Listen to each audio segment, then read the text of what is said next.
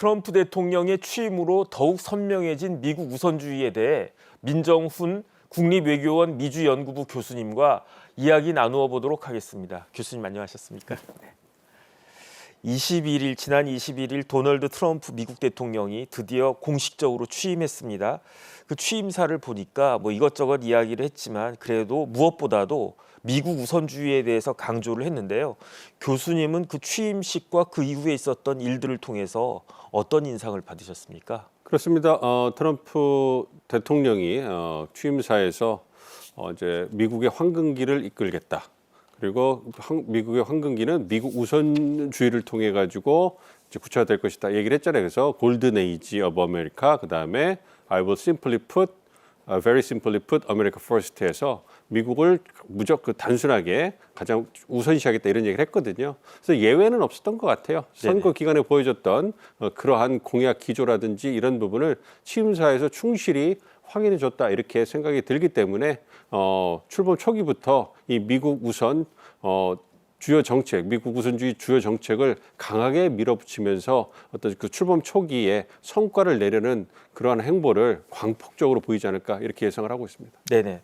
그런데 트럼프 대통령은 경제, 대외 분야, 이민 분야 이런 쪽에서 많은 정책을 내세우지 않았습니까? 그런데 결국은 하는 이야기가 마가 전사가 필요하다. 그러니까 미국을 위대하게 할 수 있는 그런 구체적인 전사가 필요하다는 논리를 피는 것 같아요. 그 이야기는 결국은 충성심을 우선적으로 평가해가지고 내각을 채우겠다 이런 뜻일 것 같은데 어떻습니까? 그렇습니다. 일기 때를 생각해 보시면 왜 트럼프 대통령이 그 충성 예스맨들로 내각을 구성하려는지 잘 알 수 있거든요. 그러니까 트럼프 대통령 일기 때는 2017년에 트럼프 일기 행정부가 출범했을 때는 주변에 자신을 그때 지지한 충성파가 많지 않았어요. 그래서 사람의 인력풀이 많지 않았기 때문에 당시에 잘 아시는 것처럼 어른들의 축이라고 했던 그 고위 장성들 출신의 나이도 많고 연료도 높은 분들이 계셨기 때문에 트럼프가 추구하려고 했던 그분들의 눈에 봤을 때 급진적이고 뭔가 그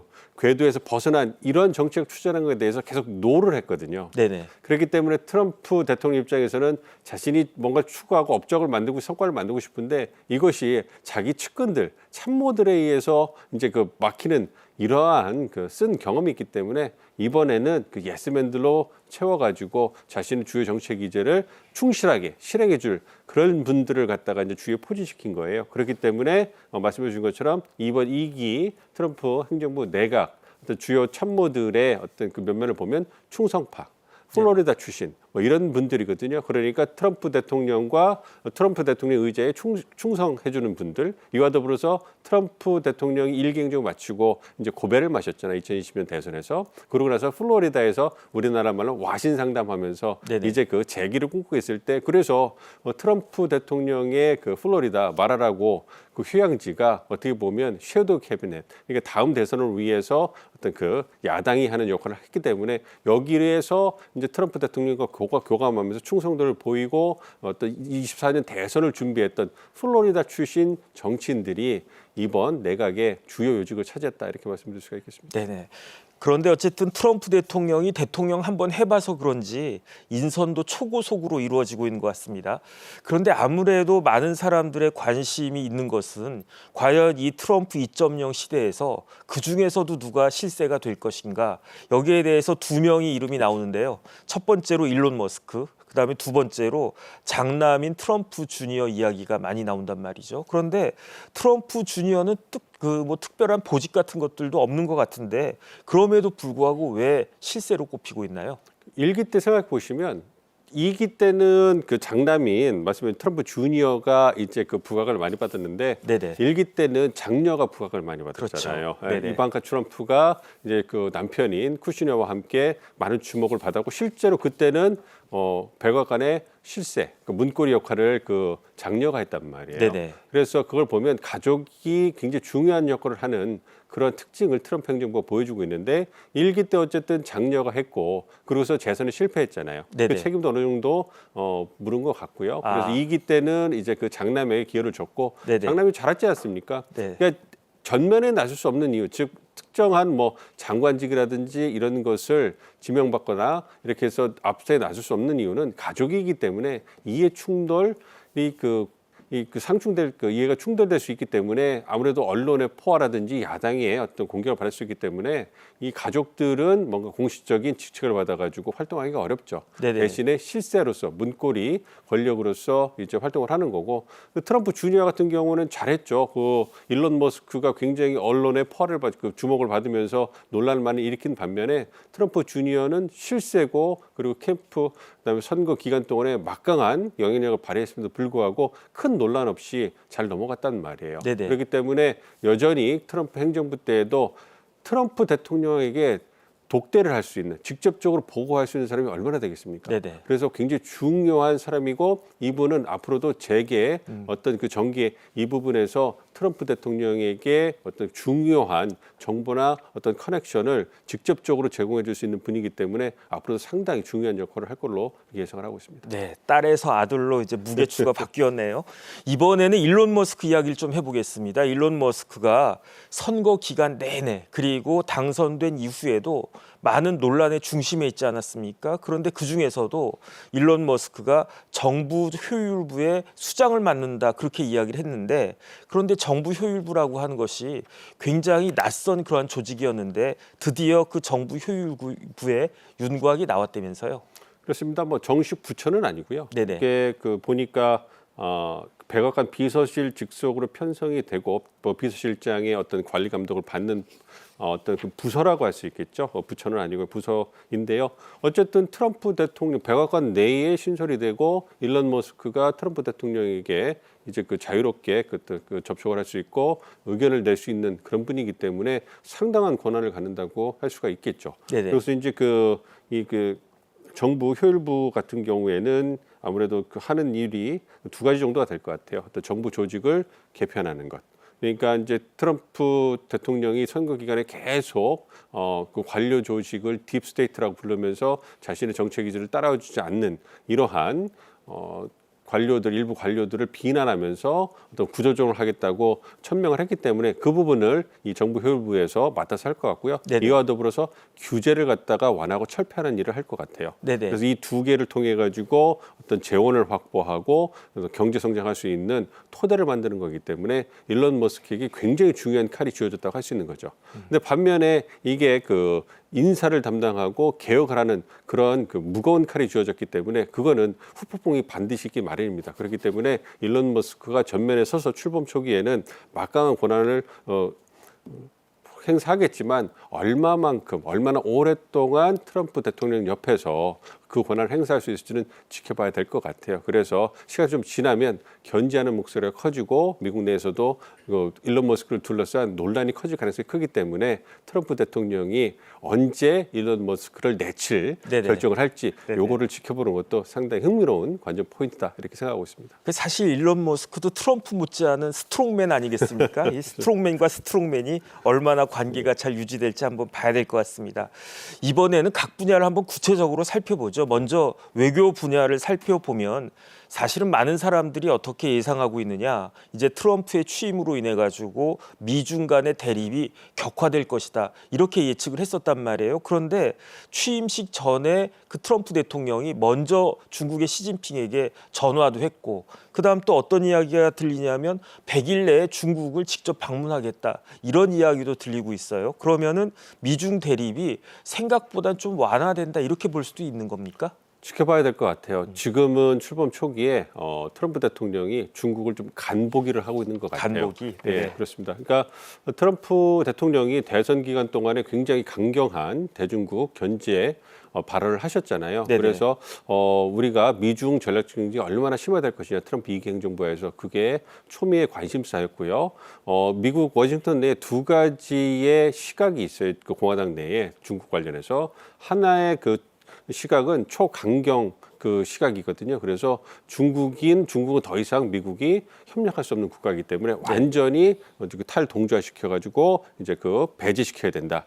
그래서 중국을 완전히 떨어뜨리고 이제 중국이 쫓아오지 못하도록 완전히 주저앉혀야 된다. 이런 초강경 입장 가진 분들이 계시고요. 반면에 현실적인 감각을 가진 분들이 또 계세요. 중국을 견제를 해야 되는데 그렇다고 해서 중국이 완전히 도태돼 버리면 미국의 이익에도 부합하는 것이 아니기 때문에 중국이 부산한 것을 억제시키고 지연시키는 거에 보다 실용적이고 그거면 충분하다 이렇게 보는 분들이 계시거든요. 그렇기 때문에 트럼프 대통령 입장에서는 우선 이 후자의 시각에서 시작하는 게 아닌가 좀 생각을 하고 있습니다. 그래서 시진핑 주석과 이제 전화 통화도 하고 100일 내에 어떤 그 중국을 방문하신다고 이런 분위기도 띄우고 추가적인 관세를 60%를 매기겠다 이렇게 엄포를 하는데 아직 그런 얘기는 없고 추가적으로 10%를 2월 1일 날 부과할 수 있다 이런 식으로 굉장히 좀 다운시키는 그러니까 좀 축소시키는 이런 모습도 보여주고 있는 거거든요. 네네. 이걸 통해서 중국과 이제 어떤 그 소통을 하고 중국의 의중을 얼마나 강하게 반응하고 어떻게 저항할 것인가 이거 좀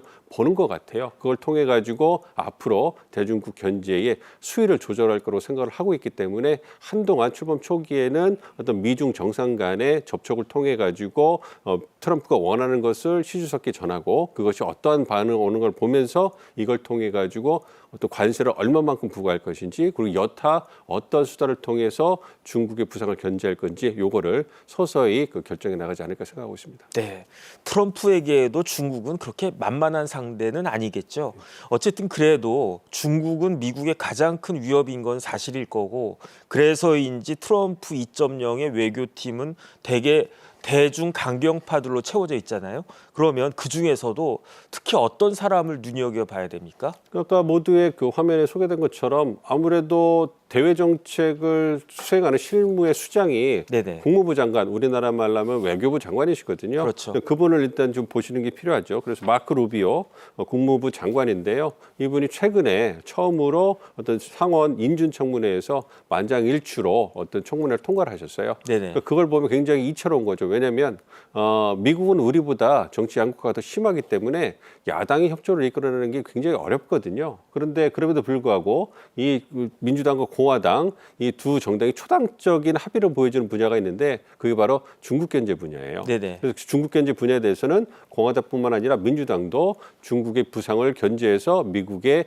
이익을 지켜야 된다는 거에 대해서는 초당적인 공감대가 형성이 되어 있습니다. 그런 측면에서 마크 루비오 국무부 장관은 플로리다 출신 상원의원이잖아요. 그러니까 자신들의 동료였던 분이에요. 그리고 평판이 온건한 분이고 대중국 매파긴 하지만 굉장히 온건하고 또 화합력이 좋은 분으로 알려져 있기 때문에 이번에 어떤 그러한 어떤 그 인식을 바탕으로 해서 그 만장일치로 통과가 됐다고 생각을 하고 있고요. 그런데 이분이 중국 견제에 있어서 굉장히 강경한 입장을 가졌다고 해도 앞서 말씀드린 것처럼 중국을 완전히 주저앉혀가지고 이제 아예 중국을 도태시켜야 된다 이런 입장을 가진 분은 아니에요.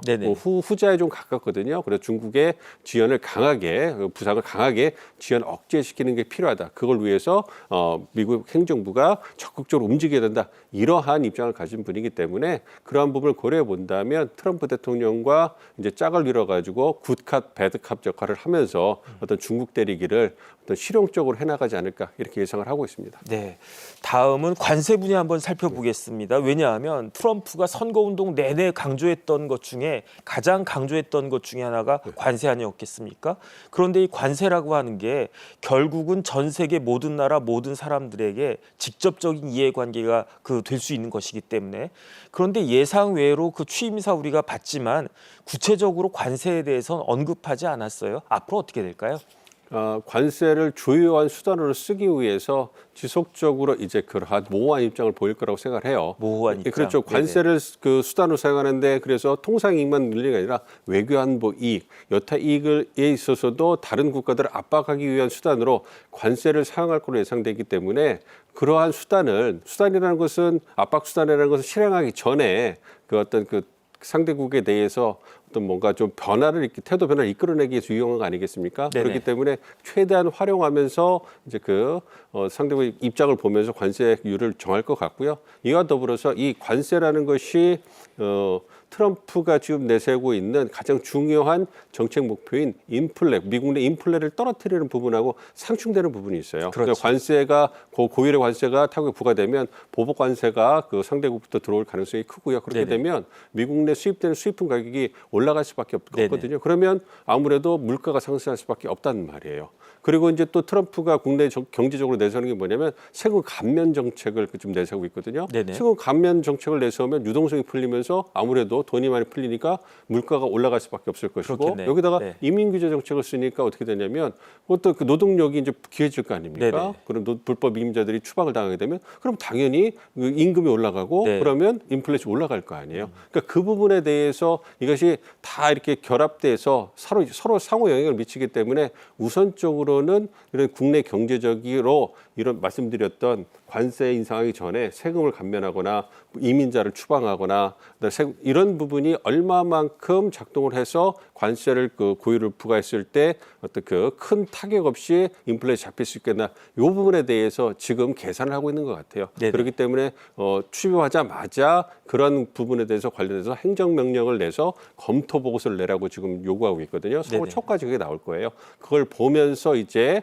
관세를 얼마만큼 국가별로 올려도 되는가 이런 부분을 정할 거기 때문에 그러한 부분을 본다면 한동안 트럼프가 관세를 수치를 얘기하는 것보다는 그냥 모호하게 관세를 올릴 거야 이렇게 하면서 계획 중이야 예상이야 생각 중이야 이런 식으로 얘기하면서 모호하게 어떤 전 세계 국가들을 좀 이렇게 애가 타게 만들지 않을까 생각하고 있습니다. 어쨌든 선거운동의 슬로건하고 구체적으로 행정을 한 것은 차이가 있을 수밖에 네, 없는 거죠. 네.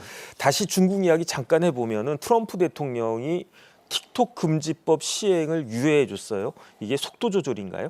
그렇기도 하고요. 그러니까 틱톡이 갖고 있는 정치적, 경제적 의미가 크잖아요. 네네. 틱톡을 사용하는 미국 젊은 유권자들이 상당히 많기 때문에 이 틱톡을 갖다가 금지하는 그러한 정치적 결정을 했을 때 바이든 정부가 했을 때 미국 내에서 반발이 상당히 컸습니다. 뭐 그래서 그런 부분을 고려해서 트럼프 대통령은 선거 기간 동안에 틱톡을 정치적으로 활용해서 젊은 유권자들의 표를 끌어올려는 네네. 바이든 행정부 입장과는 좀 반대 입장을 보이면서 틱톡을 사용할 수 있게 해주겠다.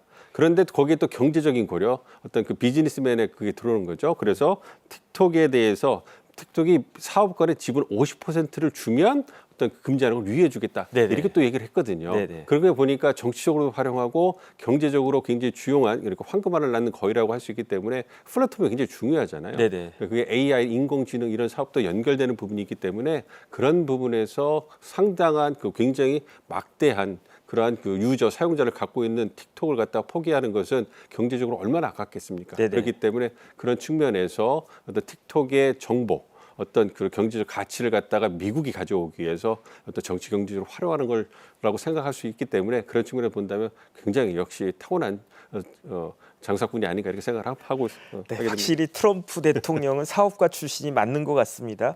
그런데 어쨌든 트럼프가 이렇게 지금 교수님 말씀하신 것처럼 가장 잘 드는 칼로 쓸 이 관세 정책에 있어서 그 수장은 누가 될까요? 세 분 정도인데요. 그 가장 중요한 것은 그 재무부 장관, 상무부 장관이 아닌가 싶습니다. 네네. 그 일기 때는 USTR이라서 미국 무역 대표부가 있었는데 이번에는 그 USTR이 행정부 소속이긴 합니다만 이 상무부 재무부 장관 밑으로 들어갈 거라고 생각하고 있기 때문에 네네. 이 그 하워드 로테닉이라는 상무장관 후보자, 그다음 스콧 베넌트라고 하는 재무장관 후보자가 어떤 그 트럼프의 경제 통상 정책에 있어서 키맨이 되지 않을까 이렇게 좀 생각을 하고 있습니다. 그리고 네네. 이 두 분 모두 어떤 CEO 출신이세요. 그 재계 인사기 때문에 굉장히 경제적 감각이 뛰어나고 현실 감각이 뛰어난 분이기 때문에 네네. 앞서 말씀드린 대중국 견제 정책에 있어서도 보다 현실적으로 중국의 부상을 견제하려고 하는 목소리를 대변하는 분들이 이분들이라 할 수 있거든요. 그렇기 때문에 이분들이 앞장서 가지고 관세를 부과한다든지 대중국 경제 통상 견제를 한다든지 이러한 전반적으로 미국의 트럼프 2기 행정부의 경제 통상 기조를 갖다가 실행하는 데 있어서는 상당한 영향력을 발휘할 거다 이렇게 예상을 하고 있습니다. 네, 이번에는 좀 그 분야를 바꿔서 에너지 환경 분야 한번 살펴보겠는데요. 어쨌든 취임 첫날에 트럼프 대통령이 미국의 비상사태가 2개가 있다라고 이야기를 했어요. 그 중에 하나가 국경 문제, 특히 이제 멕시코 쪽 남북 국경 문제이고 또 다른 하나가 에너지 문제인데 트럼프가 뭐라고 말을 했느냐, 지금 미국 내에서 에너지가 비상사태다. 이게 맞는 말입니까? 지금 미국에서 에너지가 진짜로 비상사태입니까? 비상사태는 아니고요. 네네. 미국의 에너지 가격은 다른 나라에 비해서 훨씬 더 안정돼 있고 네네. 2018년부터 미국이 제일 산유국이 됐기 때문에 사실 미국의 에너지 가격은 다른 나라, 특히 한국과 비교하면 굉장히 저렴한 편이거든요. 그렇죠. 그럼에도 불구하고 이제 그 에너지 정책을 강조하는 이유는 앞서 말씀드린 것처럼 트럼프 행정부에서 얘기하는 이러한 경제 정책의 어떤 그 기조와 방향성을 봤을 때 이 반값 유가, 반값 에너지는 굉장히 중요한 거예요. 왜냐하면 에너지 가격이 떨어지면 아무래도 인플레이션 물가를 떨어지는데 굉장히 유용하거든요. 그렇죠. 그리고 이제 세금이 감면이 해주면 아무래도 재원이 부족할 거 아닙니까? 그러면 그걸 위해서 에너지 수출을 통해 가지고 이제 이 경제 이익을 타국으로부터 얻을 수 있기 때문에 그런 측면에서 이 에너지 정책이라는 것은 트럼프 행정부가 구상하는 경제 통상 정책이 굉장히 핵심적인 축을 구성하고 있는 거예요. 그거를 빠르게 추구하기 위해서는 아무래도 굉장히 극적인 모습을 보여줘야 될 거 아닙니까? 그렇기 때문에 에너지 비상사태. 그러니까 네네. 바이든 행정부의 에너지 정책은 완전히 실패했다라는 걸 강조해 주는 거예요. 그리고 네네.